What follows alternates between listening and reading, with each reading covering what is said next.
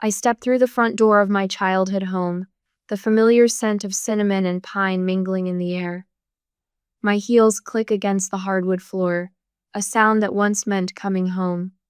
The black cocktail dress I chose fits perfectly simple, elegant, appropriate for Christmas Eve with family. My family.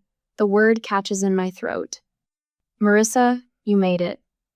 Dad's voice lacks warmth despite the crackling fire in the living room hearth. He takes my coat with mechanical politeness, hanging it without meeting my eyes.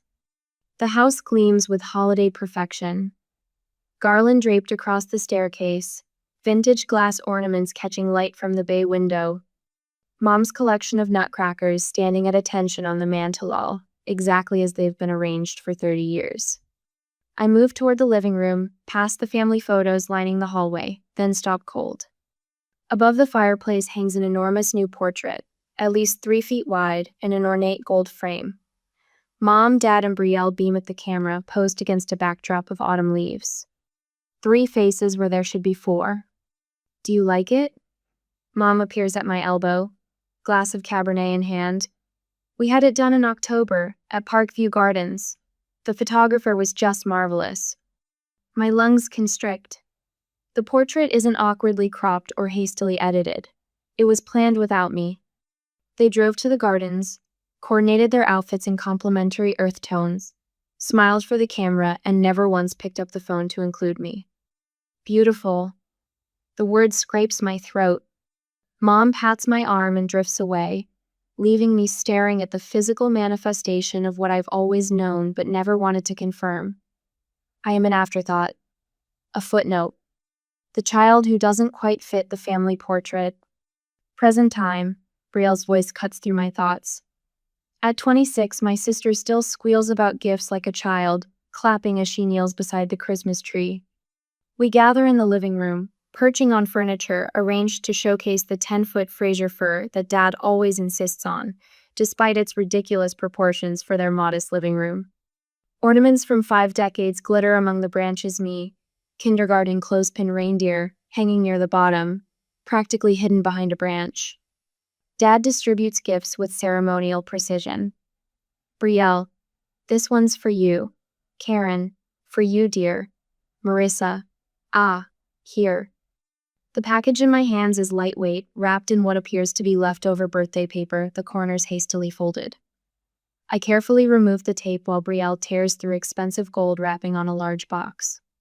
Inside my package, a navy blue knit beanie, with the price tag still attached, $12.99, from the mall kiosk I'd passed on my way here. Oh my God, you didn't! Brielle's shriek draws everyone's attention as she pulls out a caramel-colored leather handbag, the designer logo prominently displayed. I can't believe you got me the Marcella tote. It's $1,500. Mom beams. You deserve something special, sweetheart. I run my finger over the scratchy acrylic of my new hat, trying to ignore the burning behind my eyes. Try it on, Marissa. Dad gestures toward my beanie without actually looking at me. I pull it over my carefully styled hair. Thanks. No one notices the tremor in my voice. My mind flashes back to the day my acceptance letter arrived from Colorado's architecture program. I burst through the front door, waving the envelope, heart pounding with pride. That's wonderful, honey, Mom had said, barely glancing up from her magazine. But you know we can't help with tuition. The timing is just bad with the market the way it is. 3 months later, they threw Brielle a lavish going-away party before her semester abroad in Florence. It's an investment in her future, Dad had explained while handing her a new credit card. Art requires immersion. I worked night shifts at the campus coffee shop, fell asleep during morning lectures, and graduated anyway. Dinner's ready, Mom announces, breaking my reverie. We migrate to the dining room, where Brielle immediately launches into a detailed account of her latest gallery showing.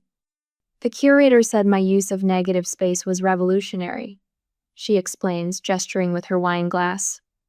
He's considering featuring me in the spring showcase. Mom and Dad lean forward, entranced by her every word. I pick at my turkey, waiting for a natural pause. I signed a contract with Westridge Properties last week, I finally say. They want me to redesign their entire downtown office complex. Dad nods vaguely. Mom glances at me, then turns back to Brielle. That's nice, dear. But did you hear about Brielle's piece that sold to that Silicon Valley executive? Tell her about it, Brie. I look at their faces animated as they gaze at my sister, distant when they turn to Mia and suddenly understand with perfect clarity. The miss isn't the first time they've erased me. It's just the first time they've been honest about it. Have you ever noticed the moment when you became invisible to the very people who should see you most clearly? For me, it wasn't the missing face in the portrait, it was the missing place in their hearts. I spread my rental application across my kitchen table, squinting at the small print that will determine if I can upgrade from this one-bedroom apartment with the leaky bathroom faucet. 6 years out of college, and I'm still pinching pennies. The security deposit alone is 3 weeks of careful budgeting. My phone buzzes. Unknown number. Marissa Morgan speaking. Miss Morgan? This is Rebecca Winters from the Southbridge County Records Office. Her voice carries the official tone of someone who spends her days surrounded by paperwork. I'm calling about your property tax assessment. I think you have the wrong person. I tuck the phone between my ear and shoulder, continuing to fill in my monthly income on the rental form. You are Marissa Eleanor Morgan? Social Security ending in 4,738? My pen pauses. Yes, but according to our records, you've owned the property at 247 Maple Street in Southbridge for nearly 6 years now. We're updating tax records and noticed some inconsistencies. The rental application blurs before me. It's impossible. I don't own property anywhere. Ma'am, I'm looking at the deed transfer dated May 12, 2018. Transferred from the estate of Alvin Morgan to Marissa E. Morgan. Grandpa Alvin, my father's father. The man who taught me to build birdhouses when I was 8. The man whose funeral I stood at alone while my parents and Brielle arrived fashionably late. There must be a mistake, I say, but my voice lacks conviction. You might want to come down to our office. Bring identification. 3 hours later, I sit surrounded by property documents in a windowless room at the county clerk's office. My grandfather's will rests open before me, his familiar handwriting on the self-prepared attachment. To my granddaughter Marissa, I leave my home at 247 Maple Street, knowing she alone will appreciate its bones and history. As you can see, Rebecca says, sliding another document across the table, the property has been continuously rented since your grandfather's passing. Standard rate for the neighborhood, $2,400 monthly. The rental ledger shows 72 consecutive months of payments. I do the math quickly. $172,800. Who's been collecting the rent? Rebecca taps another document. The property manager, Gerald Morgan. My father. My father, who 6 years ago told me Grandpa had left just a few keepsakes to be divided among the family. My father, whose signature appears on every rental agreement, every maintenance receipt. My father, who makes a 15% management fee on every payment. Who has been cashing checks for over $140,000 that should have been mine. The betrayal sits like ice in my stomach. Miss Morgan, are you all right? Fine, I whisper, though I'm anything but. My mind races back to Grandpa's funeral. Mom pulling Dad aside, her whispered words carrying in the empty funeral home. She doesn't need to know everything. The pieces click into place like a door locking shut. 6 years ago, Brielle's cramped apartment suddenly underwent a mysterious renovation. New hardwood floors, custom lighting fixtures, that ridiculous soaking tub she couldn't stop bragging about. Mom and Dad's sudden decision to remodel their kitchen with granite countertops. The spring break trip to Aspen where I wasn't invited because it was last minute and we didn't think you could get away from work. All funded with my inheritance. Your grandfather was very clear about his wishes, Marissa. Margaret Hollis's silver hair catches the afternoon light streaming through her office window. She was my grandfather's attorney and, apparently, the executor of his will. He wanted you to have security. Then why didn't you make sure I got it? My voice cracks with the question I've been holding since discovering the truth 3 days ago. Margaret removes her glasses, rubbing the bridge of her nose. The will was properly filed with the court. The deed transfer was recorded. Your father presented power of attorney documentation. She sighs. It wasn't until the county's audit that the discrepancy was noticed. Discrepancy, I repeat. Is that what we're calling theft now? Legally speaking, your father had authority to manage the property, but not to withhold its existence from you. Her eyes sharpen. The question is, what do you want to do about it? I think about my family's portrait hanging above the fireplace. The one I'm not in. The deliberate erasure of my existence, mirroring the erasure of my inheritance. Everything I say. I want everything they took from me. Margaret nods, a small smile forming. Then let's get to work. My apartment walls become a crime scene. Bank statements printed and highlighted. Property records taped in chronological order. Tax documents showing deductions my father claimed for property improvements. In the center, I pin a photo I found online my parents at a beachfront resort in Cancun, dated 2 weeks after they cashed the third rental payment. Next to it, a receipt for Brielle's artist retreat in Santa Fe, paid directly from the property management account.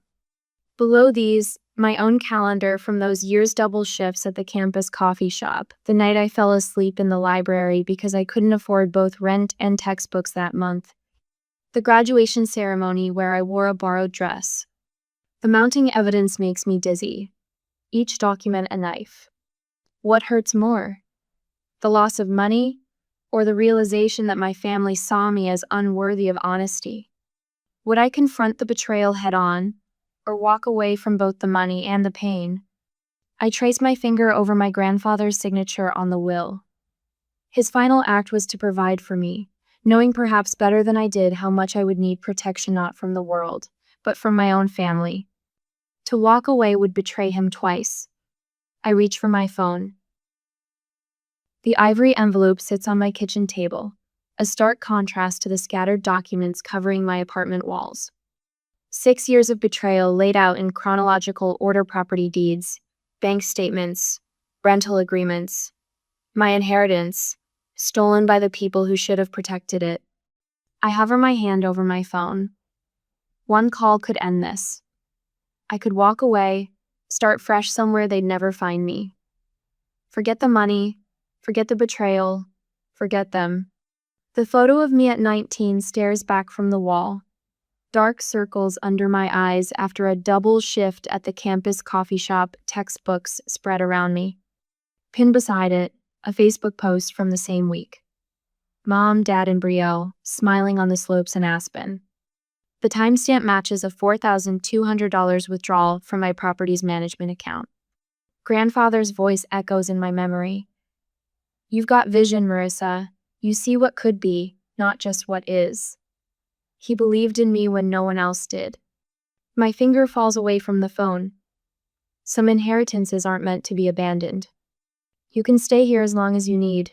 Jackson hands me a mug of coffee, steam curling between us and his family's guest room. Mom's already talking about making you her special Christmas pancakes tomorrow. I shouldn't impose. The words come automatically, though I've nowhere else to go. Christmas Eve with strangers feels less lonely than the silent apartment I left behind. Jackson sits beside me, careful not to disturb the papers spread across the bed. You're not imposing. And this, he gestures to the documents, this isn't just about money. You know that, right? I nod, the tightness in my throat making speech impossible. Family isn't supposed to do this, he says, examining a bank statement. My mom would sell both kidneys before taking a dime from me. The contrast hits me like a physical blow. I've spent years trying to be worthy of people who never saw my worth at all. Tell me again what you'll say. Margaret Hollis adjusts her wire-rimmed glasses, her silver hair catching the afternoon light in her office. I'll place the envelope on the table and say, I think it's time we discussed my inheritance. My voice sounds steadier than it feels. Good. Direct, but not aggressive. She slides the property transfer documents across her desk. Remember, We don't just want the property back. We want acknowledgement of what they've done. I practiced the words again, tasting their unfamiliar power. For 30 years, I've swallowed hurt, disappointment, rejection. Tomorrow, they'll be the ones swallowing hard. Your grandfather believed in dignity, Marissa. Margaret's eyes soften. He wouldn't want rage. He'd want truth. I nod, remembering his quiet strength. Christmas morning, they'll all be there, comfortable, surrounded by their gifts.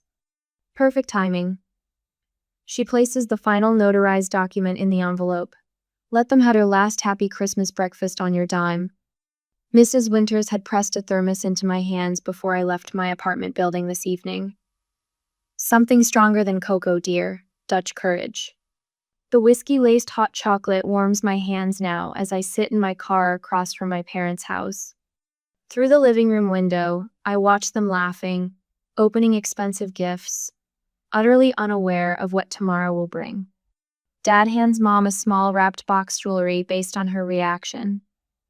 The scene looks perfect from outside, like one of those Christmas commercials featuring happy families gathered around a glowing tree. My phone buzzes with a text from Elaine. You've got this. Remember who they are. Remember who you are. I set down the thermos and pick up the ivory envelope. My fingers trace the expensive paper, Margaret's choice, not mine. Documents this important deserve proper presentation, she'd said.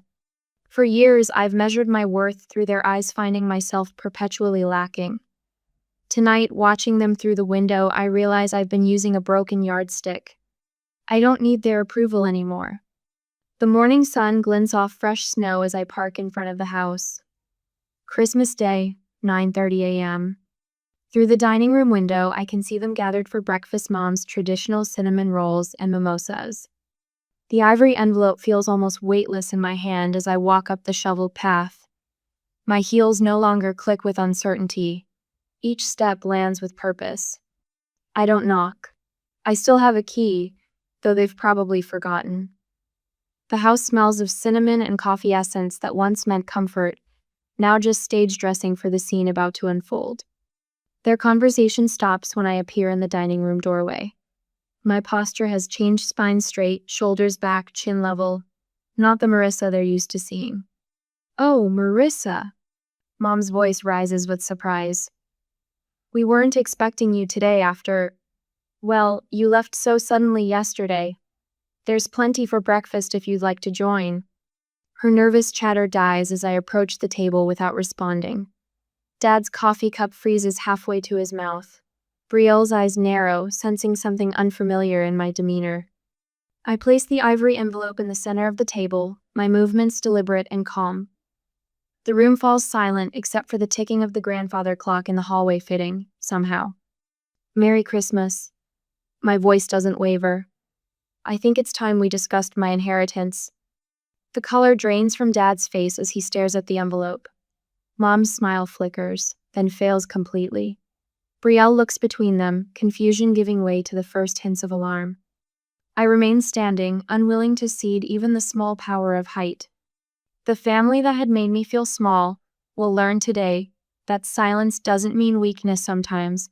It means someone is gathering their strength. The ivory envelope sits in the center of our breakfast table like a bomb waiting to detonate. Dad's coffee mug freezes halfway to his mouth when I place it there. Mom's spatula stills over the frying pan. What's this? Dad finally asks, his voice carrying the false cheer that's always preceded uncomfortable family discussions. Open it. My voice sounds different to my own ears, steady, certain.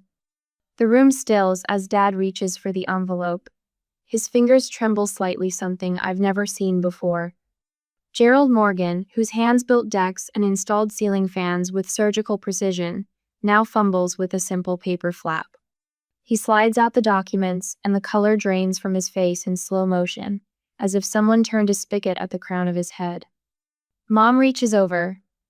Gerald, what is… The words die on her lips as she scans the property records. 3 decades of practiced composure crumble in seconds. Brielle glances between them, confusion etched on her face. What? What is it? She snatches a paper from Mom's limp fingers, eyes widening as understanding dawns. This can't be right. It's exactly right, I say, watching decades of lies collapse under the weight of county records, bank statements, and grandfather Alvin's signature on a will they hoped I'd never discover. The silence stretches between us, thick and suffocating. The ticking of Mom's vintage kitchen clock marks the seconds of their calculated betrayal. Dad recovers first, straightening his shoulders. Marissa, this was always for the family. Your grandfather's house became an investment for all of us. For all of us? I slide another document across the table photos from their Aspen trip 3 winters ago. Did my inheritance pay for lessons too? Next comes a credit card statement. Or Brielle's emergency apartment renovation. Mom's hand flutters to her throat. We were going to surprise you with it eventually. A laugh escapes me, sharp and unfamiliar. After 5 years and $144,000 in rental income, that's quite the delayed surprise. You're trying to destroy this family over money? Brielle's voice rises, her perfect features contorting in panic. After everything they've done for you? Everything they've done? I tap the rental agreement with Dad's signature as property manager. Let's discuss exactly what they've done. I slide forward bank statements showing systematic transfers. Monthly rental income into your account, Dad. Then magically appearing as payments toward Brielle's credit card. My art school sister who somehow affords a downtown loft on gallery commissions. Mom's tears fall, now genuine ones, not the performative drops she shed when I announced I couldn't attend Brielle's gallery opening because I was working double shifts. These records must be mistaken. Dad's voice hardens as he shuffles through papers. That will wasn't properly executed. Your grandfather was already unwell. I witnessed that will myself, Mr. Morgan. They jolt at the new voice. Attorney Margaret Hollis steps in from the hallway where she's been waiting, her silver hair and pressed charcoal suit lending authority to her words. Alvin Morgan was of sound mind when he left that property to his granddaughter. He was also quite specific about his reasons. She places her leather portfolio on the table. He wanted Marissa to have security that her parent's exact words couldn't compromise. Dad's face reddens. You can't just walk in here and... I've walked in here with a court order. I slide the final papers across the table. Transfer of property management effective immediately. The rental income transfers to my account starting today. The implications hit them in waves. Dad's jaw slackens. Mom grips the back of a chair. Brielle's eyes dart between them. But the rent pays for my apartment, Belle whispers. And the property taxes on this house, Mom adds, voice trembling. Dad looks at me, truly sees me for perhaps the first time in years. Marissa, you can't possibly. I already have. I stand, gathering the copies of documents I brought for them. I'm not just taking back the house. I'm taking back my life. We're your family, Mom pleads, reaching for my hand. I step away from her touch. Family doesn't steal from family. Family doesn't erase family from portraits. Understanding flickers in her eye as she knows exactly which portrait I mean. We can work something out, Dad attempts, businessman to the end. A payment plan, perhaps. The rent covers the mortgage with about $800 left each month, I say. Over 5 years, that's $48,000 you've spent. The additional $96,000 came from remortgaging my property to fund Brielle's Florence semester and your kitchen renovation. I zip my portfolio closed. Attorney Hollis has the paperwork if you'd like to arrange repayment terms. Brielle collapses into a chair. I can't afford my own place. Funny, I say. Neither could I. For 5 years. I walk toward the door, Attorney Hollis beside me. The weight of their stares presses against my back, but my spine remains straight. Marissa. Dad's voice stops me at the threshold. We're still your parents. I turn back one last time. Biology isn't a blank check, Dad. Neither is my silence. The morning sunlight hits my face as I step onto the porch. For the first time in years, I breathe freely, the invisible weight of their expectation and disappointment lifting from my shoulders. Some might call this vengeance. I call it reclamation. When someone has taken advantage of your trust for years, do they deserve mercy? Would you have demanded back payment of all stolen funds, or was reclaiming the future enough? The line between justice and vengeance blurs when those who should protect you become those who exploit you. I chose to take back tomorrow rather than demand yesterday, because some debts can never truly be repaid. The certified letter sits unopened on my kitchen counter for 3 hours. The return address, Blackwell and Associates, attorneys at law, tells me everything I need to know. My parents have decided to fight. When I finally slide my finger under the flap, the legal letterhead confirms what Attorney Hollis predicted. Our clients Gerald and Karen Morgan assert that verbal family agreements supersede the written will in question. I call Hollis immediately. Her voice carries the calm assurance I've come to rely on these past weeks. They're grasping at straws, Marissa. Your grandfather protected you better than they know. The next morning, I meet her at her wood-paneled office. Hollis pulls out a slim silver recorder from her desk drawer. Alvin insisted we record this statement alongside his will signing. Said he knew exactly what might happen. She presses play, and my throat tightens at the sound of my grandfather's voice gravel in warmth, exactly as I remember. This is Alvin Morgan, sound of mind and body. I'm leaving my Southbridge property to my granddaughter Marissa Eleanor Morgan, with full knowledge that my daughter Karen and her husband Gerald may attempt to override my wishes. My granddaughter deserves security that her parents cannot compromise. Any verbal agreements they claim existed should be considered null and void. His voice wavers slightly before continuing. I've watched them favor my younger granddaughter while Marissa worked herself to exhaustion. This property is my attempt to balance what should never have been unbalanced. I press my fingers against my lips, holding back unexpected tears. We have this, Hollis says, clicking off the recorder. Your grandfather knew exactly who they were. 3 days later, I drive past my father's office building on my way to meet the tenants. His silver Lexus is gone, replaced by a modest Honda. Through the street-level window, I glimpse him at a desk, phone pressed to his ear, shoulders hunched, cold-calling former clients for consultant work. At Nordstrom, my mother arranges scarves on a display table, her hands moving with unfamiliar efficiency. The store manager hovers nearby, pointing toward a rack that needs straightening. Karen Morgan now works part-time at the boutique where she once dropped thousands on weekend shopping sprees. I don't stop at either place.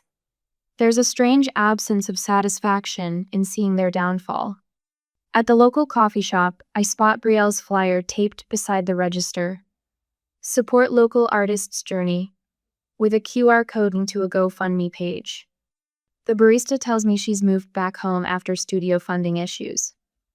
Later that night, I check the campaign $83 raised of a $15,000 goal. Before I can stop myself, I donate $2 anonymously, under my ex-boyfriend Tyler's name. Mrs. Chambers meets me at the property with a plate of snickerdoodles, just like she used to bring my grandfather. I can't tell you how relieved I am, she says, inviting me into her ground floor apartment. Your father raised rent twice last year, but wouldn't fix my leaky faucet. Said it wasn't in the budget. I run my fingers along water stains on her ceiling, the loose cabinet hinges, the drafty window sealed with plastic sheeting. The other tenants share similar stories: consistent rent increases, minimal repairs. I'm keeping your rental rates as they are, I tell Mrs. Chambers before leaving. But I'm starting renovations next week, beginning with your bathroom. She presses her weathered hand against mine. Your grandfather would be proud. I notice she doesn't mention my parents. The letter arrives on cream stationery, my mother's familiar handwriting flowing across the envelope. I brew coffee before opening it, stealing myself. Marissa, we didn't know how much the property meant to you. Perhaps we misunderstood Dad's intentions. Maybe we can start over as a family. It's time to put this unfortunate situation behind us. No apology, no acknowledgement.